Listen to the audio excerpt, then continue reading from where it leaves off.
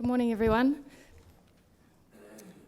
In November 2014, the Regional Sports Facilities Plan was formally adopted by the Waikato Mayoral Forum, which includes 10 local authorities, Regional Council, Sport New Zealand and Sport Waikato.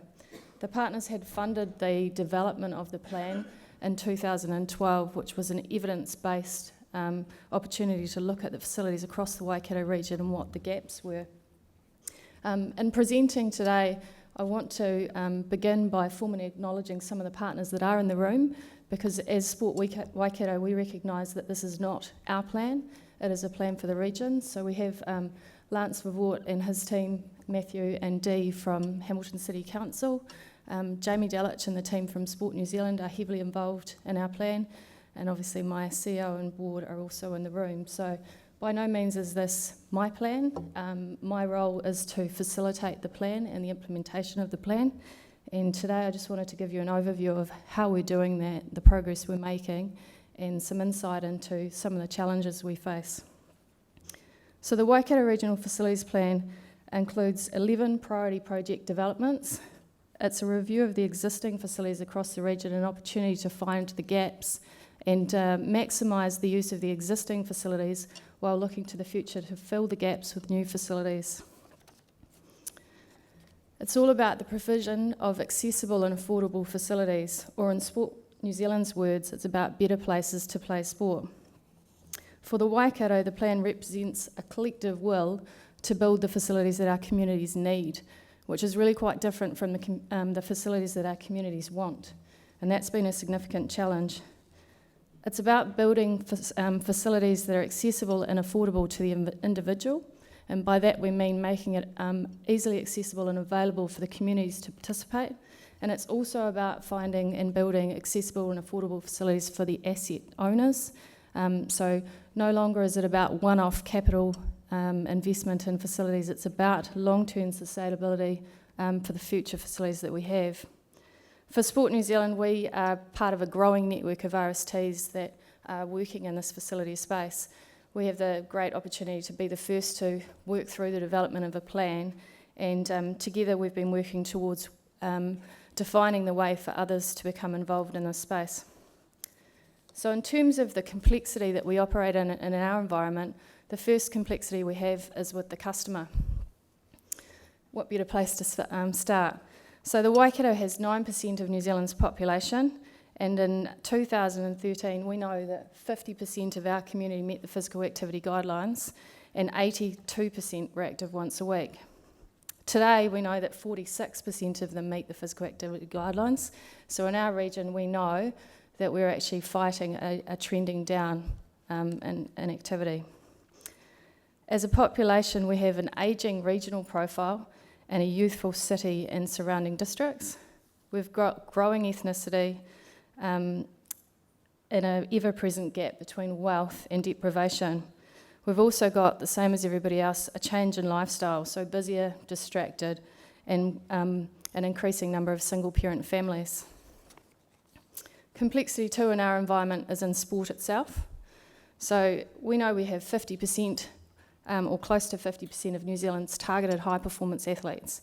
So we have quite a high-performing environment that we work in, and 19% of New Zealand's pathway athletes. So in a facility space that has the potential to distract from community need, and it needs a balance for us around how we develop facilities for high performance and integrate the use of community. We also have a resurgence of traditional Māori games and some sustainability issues for our traditional sports, with an ageing population and club membership declining.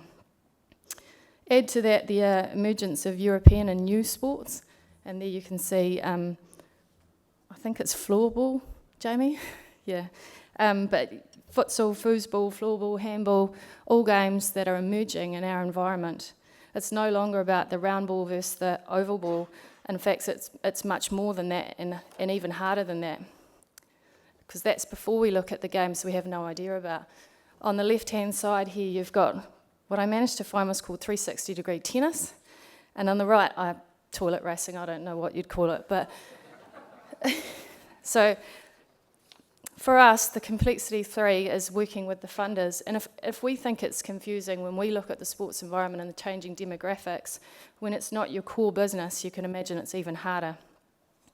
For funders, they have a limited resource and they have multiple funding priorities. Sadly for us, for them, it's not all about sport. When we work with our funders, it's about arts, it's culture, it's economic conditions, and it's about creating vibrant communities. Sport Waikato and Sport New Zealand via the Regional Facilities Plan have established a role in the Waikato as an independent voice of sport. We've established an opportunity to provide leadership and advocacy and the opportunity to unite organisations with one common purpose. We are effectively leading and enabling the development of facilities in our region. So in line with some of the speaking yesterday, we have one single simple purpose. So for us, our Regional Sports Facilities Plan is accessible and affordable facilities. But in order to take that to the funders and share it with them, you have to start to speak a little bit more about their language, and it's about healthy, vibrant, physically active and successful sporting regions. I'd like to provide you some insights into the first 18 months of our plan, some of the priorities, our impact, and some of the success stories that we've had to date. In the simple view, and I'm not sure if the first speaker from yesterday is here, I've tried to build something that gives us some reference to the way things went yesterday. Traditionally, sports has been about a one-off application for a purpose-built facility. The one-off capital cost for the fastest growing and most unique sport anybody's ever seen. So from the funders, they always have applications from individual sports who passionately believe that they need a facility just to meet their own needs. And as an NSO and an RST network, we've been the traditional endorsers of funding applications with a view that for us, more facilities equals more participation. The Regional Sports Facilities Plan is about evidence and prioritisation of projects to fill the gaps. And for us, it's about clarity and evidence. In Peter's view yesterday, the facilities plan in itself is a document that gives us the ingredients to bake the cake. But there's much more to it than that. The facilities plan has created an environment in the Waikato where traditional endorsements of applications of passion are no longer enough. Collective partners have agreed to fund projects where feasibility assessments and business case reports support investment. Understanding motives and influences and the influence of organisations have assisted us to deliver results. For councils, understanding their motivations involves understanding the triple bottom line, as I'll call it. Forgive me, Lance, if I'm completely wrong, but the social, economic and environmental outcomes that a council will try to achieve. So understanding how sport can connect to those drivers. In our environment, the collective mural forum is about, and their motivation for being part of our project is more complex than simply the sports facilities plan. Our mural forum has a variety of projects on the go in a spatial planning environment. For them, part of the motivation is actually showing the central government that they can work together and that consolidation of councils across the country is not required. Another motivation for our councils is many of them have really weak balance sheets and a focus on debt reduction and provision of core services. So collaboration in the sports facilities plan offers the opportunity for them to achieve something that they couldn't achieve alone. There's a collective will from our funders, from our councils, to be part of the project. So it's significant in our environment, and I suggest for any of the facilities plans going forward, that collective will must be there for any of the plans to succeed. Understanding our community funders is a little bit more challenging. In our environment, we have the Community Funders Forum, which is the local funders coming together in a forum, and we can present directly into them together. The challenge is they all have varied motives for investment. So Trust Waikato, for example, is about resilient and vibrant communities, and some of the others have more of a local and very local lens and a priority around culture or arts. Working across the organisations and with the organisations can change the way in our environment things work. It's been a little bit of an interesting transition at times. We have been involved in some feedback and some straight talking, to use some of the terminology from yesterday, where Sport Waikato's moved from once upon a time being the nice guy that says yes and delivers everything, to an environment where, I don't know if Jamie was with me or not, but certainly presenting to a council and presenting some answers that were contrary to their views. We did have a reaction where they wanted to understand whether we knew as Sport Waikato that this could actually change the way that we are viewed. And consequently, at the end of that meeting, the Mayor actually took it upon herself to give me a hug at the end of the meeting. So we are challenging the boundaries, we are pushing the boundaries in that, but with that has become a mutual respect, an agreement at times to disagree. So in the complex view, and raising the baby, we really have 3 priorities that will build sustainable change to our system. The first one is about building collaboration and working with stakeholder partners. We're doing this in a multitude of ways, but the first one being the Mayoral and Collective Funders Forum. We view them as the custodians of our plan. They're responsible for the big picture and the integrity of the way it works. We then work with the CEs across the sector and view them to be the leaders of the plan. So Lance is a key and significant leader of our plan. They're responsible for keeping the plan alive, managing outcomes in local planning. We then have technical managers who are the deliverers of our plan, and they are responsible for increasing the capability and delivery. They assist the local enthusiasts who think they have the biggest growing sport ever to think about the big picture and encourage them to work together.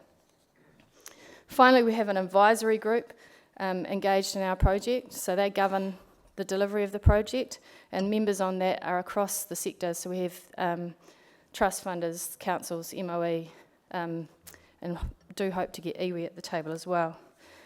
The next part of the plan in terms of raising the baby is about guiding the investment, and that is where we simply use the priority projects and the establishment of the decision-making process within the plan to lead and inform decisions.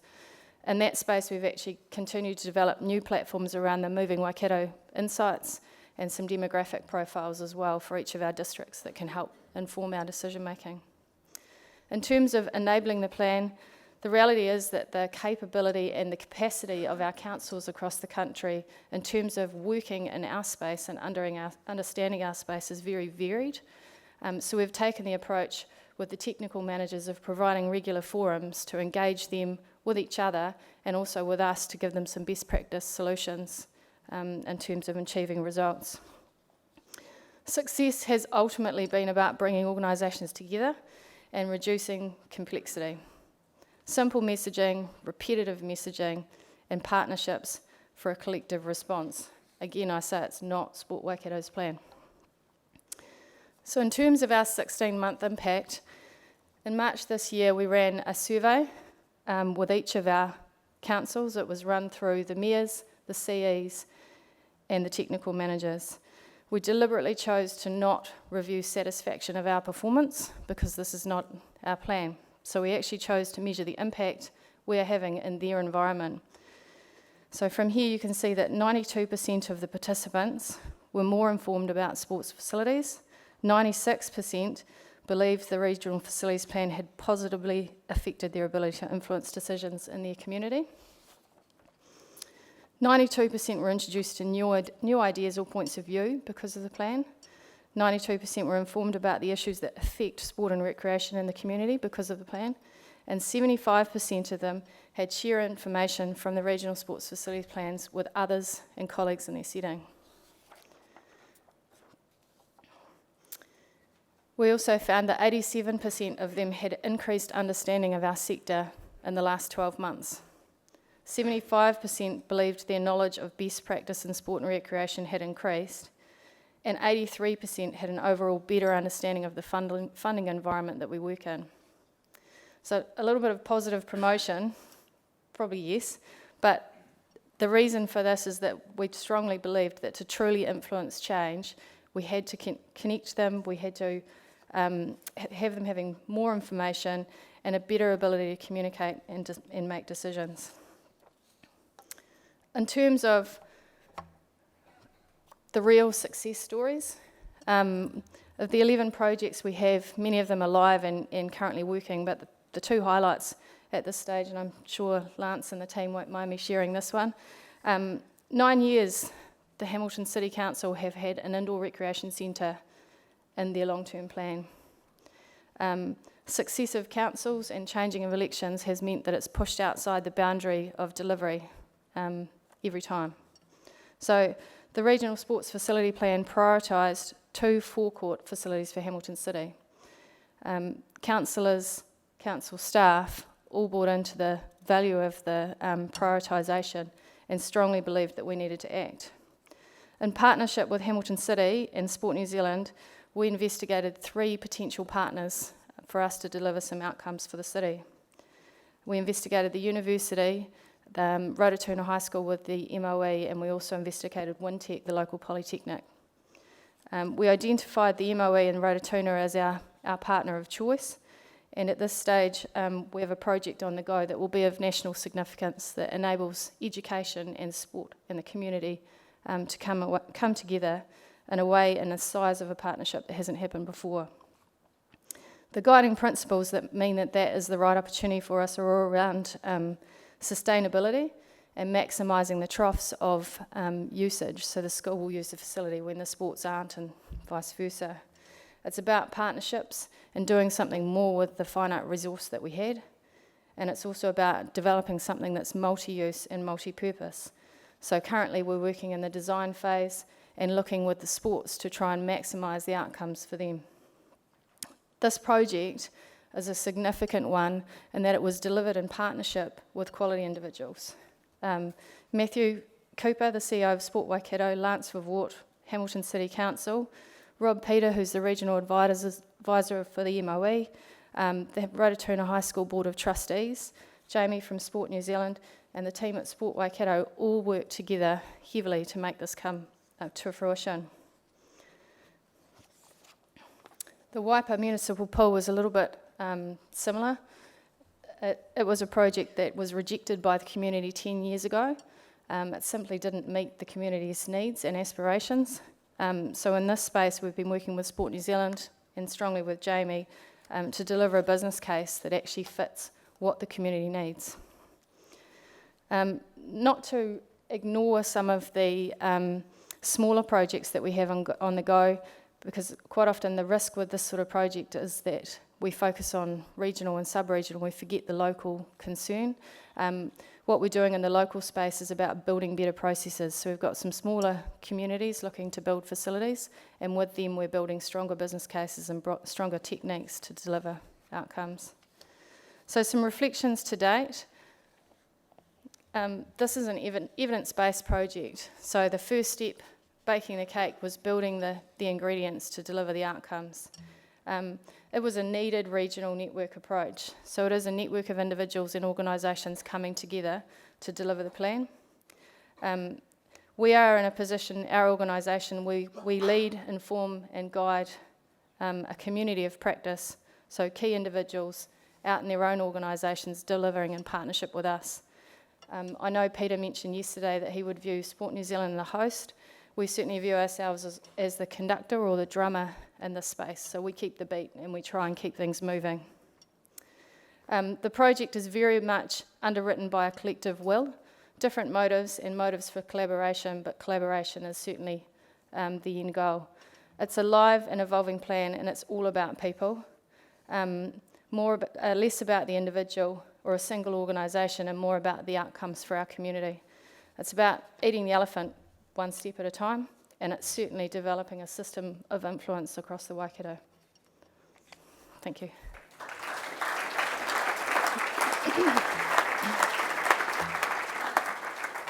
We've got time for a couple of questions for Michelle.